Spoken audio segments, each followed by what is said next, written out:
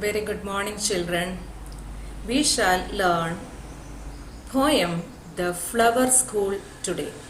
Okay, so you all know that what a flower is and what a school is, isn't it?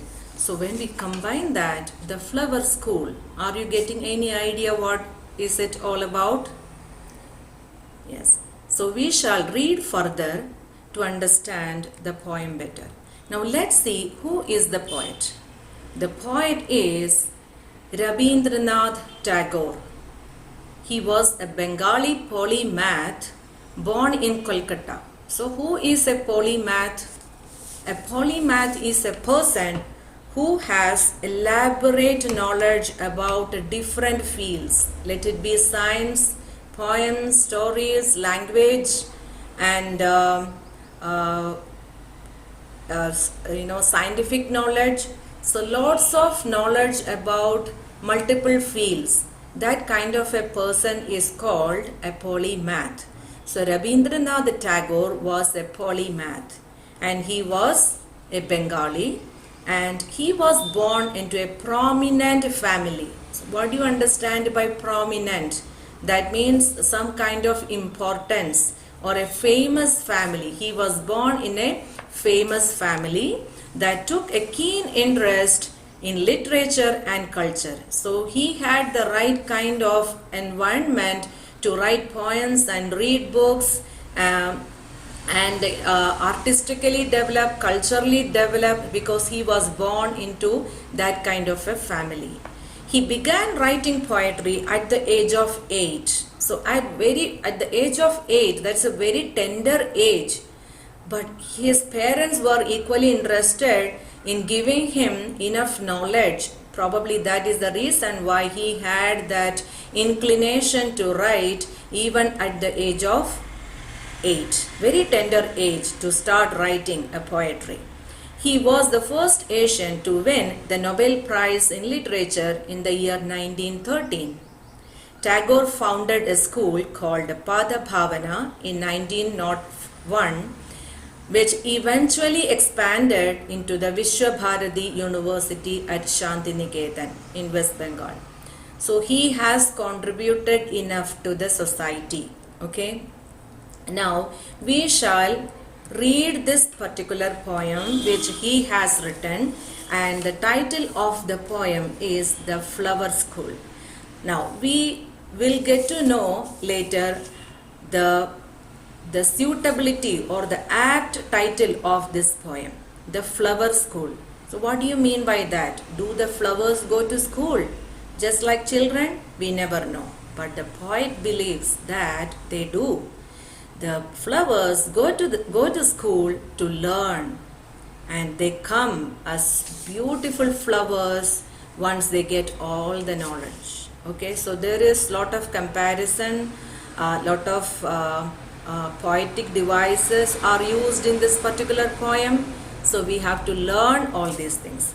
So the poetic device which has been used in the title is paradox. So I hope that you all are having a pencil to write down the meanings and underline the words and write down the meanings and the poetic devices wherever I tell you.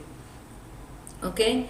Now the flower school is a paradox. So you have to underline and write down. Paradox is also a poetic device. That means a contrast. So we know that scientifically speaking, we cannot see the flowers or the trees or plants going to school. But the poet is feeling that they are going to school. So that usage is called the contrast or paradox.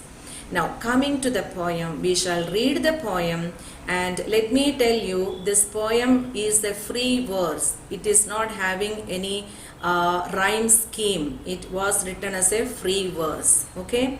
Now generally poets use number of poetic devices.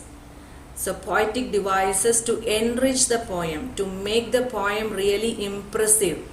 Otherwise there is no beauty for the poem. There should be comparisons, right? Comparisons, contrast, opposite, then personification, simile, metaphor. These are all the poetic devices Onomatopoeia. Onomatopoeia is the sound of natural things. For example, if you say that buzzing of a bee, the buzz sound is onomatopoeia, right? Hissing of a snake. When we talk about rain, the pitter patter of the rain, pitter patter of the rain, and then gurgle of the stream. You can recollect lots of onomatopic words which poets generally use.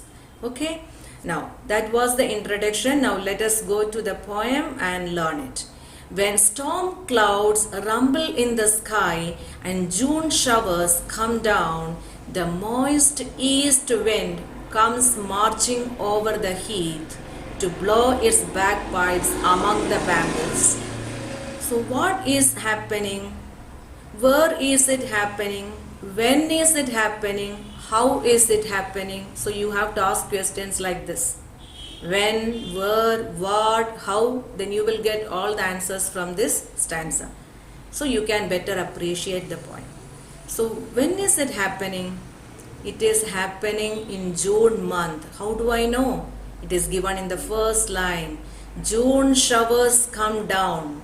So we are having the monsoon season in the month of June till August, September, right? So it is happening in the June time. Okay, it is happening in the month of June. And where is it happening? It is happening on a vast open land. Okay, let me tell you the word heath, H-E-A-T-H. Underline the word heath. The meaning is a vast open land. And who is coming? The storm clouds. The storm clouds, the clouds bearing all the rainwater, dark, huge clouds are coming in the month of June to shower it on the open ground. And how is it coming? Is it coming silently? No, it is coming with lot of sound and thunder and rumbling. So the word rumble is one of the poetic devices which I have already mentioned. What could that be? Yes, that is onomatopic words. The poet has used onomatopic words. Rumble is onomatopic word. So all these dark rain-bearing clouds, the storm clouds, are coming along with lot of sound, rumble in the sky, and June showers come down. The moist east wind comes marching over. So how is it coming? Is it coming slowly and softly? No. To show the vigor of the wind, the poet has used, they are marching. That means it is going to come and blow. The wind is coming and blowing along with the moist east wind. So it is having all the water inside to pour it down. And where is it blowing and pouring it down? To blow its bagpipes among the bamboos. So there is you have to visualize a lot, okay? So there are dark clouds on the sky. We cannot see the blue sky because everything is quite dark because of the storm clouds. And we can hear the rumble or the thunder of the clouds. And it is coming with the marching. That means it is coming with a strong, huge wind. And it is blowing on the vast land on the bamboos. So there are group of thicket of bamboos alongside the ground. I am able to see. So you all have to visualize. As per your wish, you have to visualize. There is a vast, huge land, and I can see lot of bamboos alongside the edges, and it is going and the wind is blowing over there and pouring it down as rain. Okay, so the poet is comparing that the rain is just like a bagpipe. Bagpipe is also an instrument, wind instrument, which there are a few pipes through which we can blow it and make different sounds. So I have shown that picture of bagpipes in PPT or Geo or one of those documents, so we can see that and learn later. So many of you will have an idea what a bagpipe is, so you can easily relate. So it is like bagpipe coming and blowing the sound, just like that, the rain is coming with the sound and it is lashing on the vast ground and it is pouring down. So how beautifully the poet has told us that it is raining. In simple words, it is raining, right? But how much of imagination has gone into his mind to produce these beautiful words. So I shall read it again. When storm clouds rumble in the sky and June showers come down, the moist east wind comes marching over the heath to blow its bagpipes among the bamboos. So in this stanza, we have learned the onomatopoeic words, which is rumble. Yes, when is it happening? It is happening in the month of June. Where is it happening? It is raining on the vast land, the vast ground. How is it raining? It is the wind is marching and lashing on the bamboos, right? How is it making sound? It is making rumbling sound. So when you ask when, how, where, you will get the answer for all your questions. Now we shall move to the next stanza. Then crowds of flowers come out of a sudden from nobody knows where and dance upon the grass in wild glee. Mother, I really think the flowers go to school underground. So the poet in the third line is addressing someone. Who is that? Mother.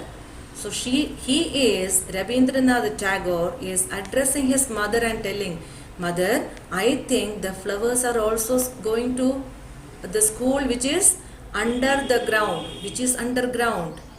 Okay? Because now all of a sudden I am able to see crowds of flowers. Generally, do you use crowds of flowers?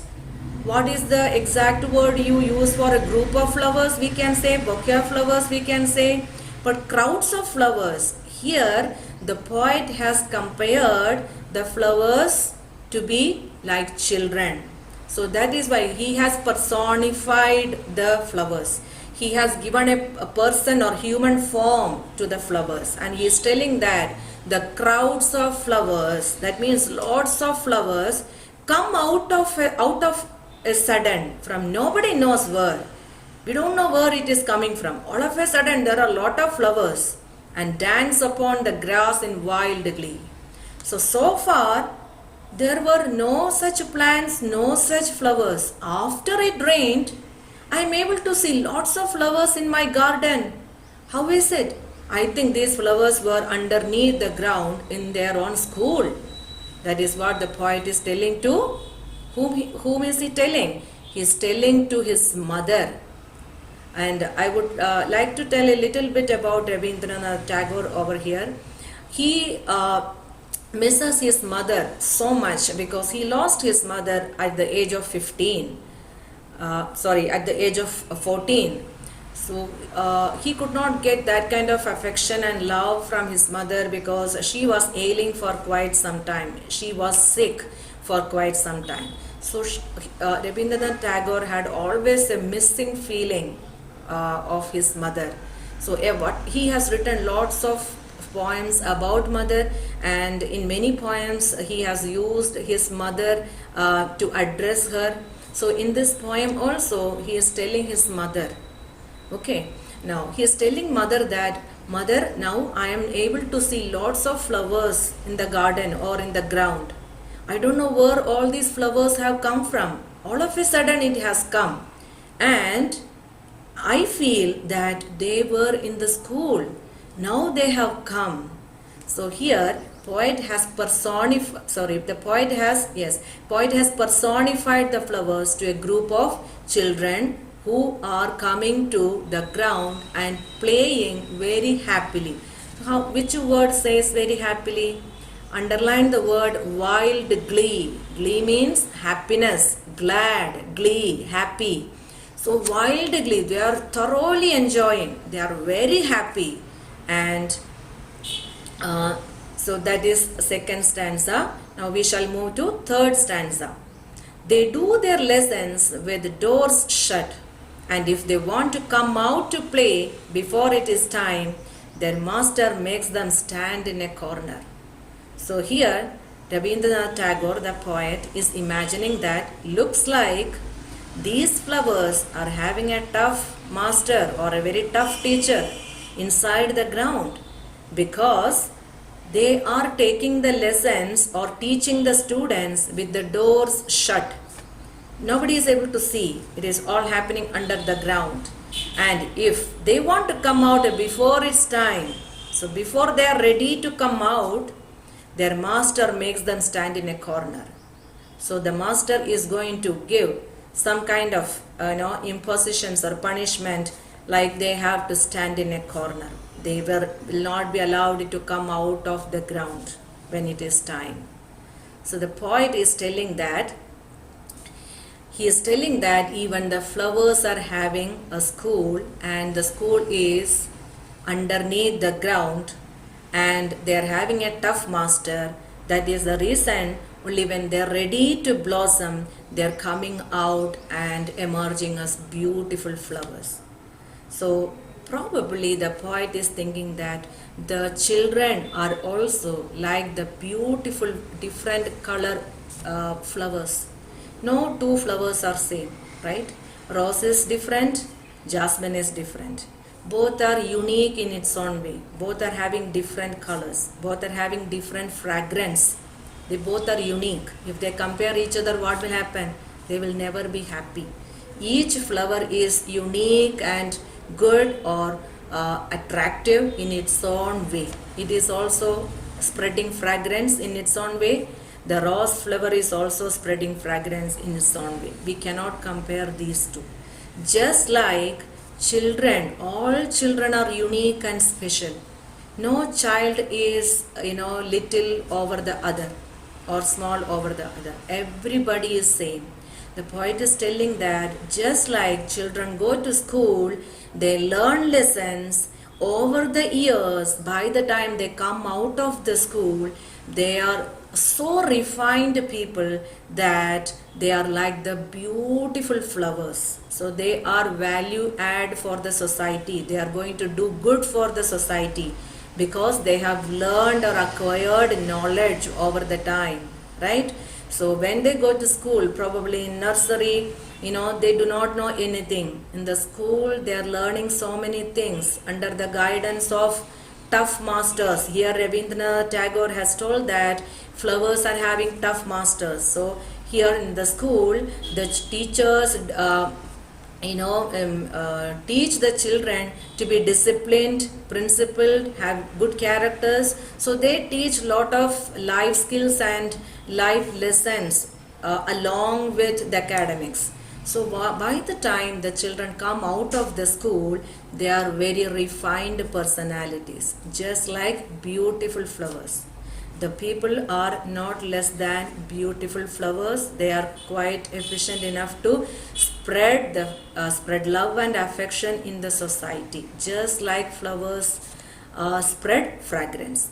Now there are two more stanzas which we shall discuss in the class. Now there is a question for you. You have to speak about it in the class.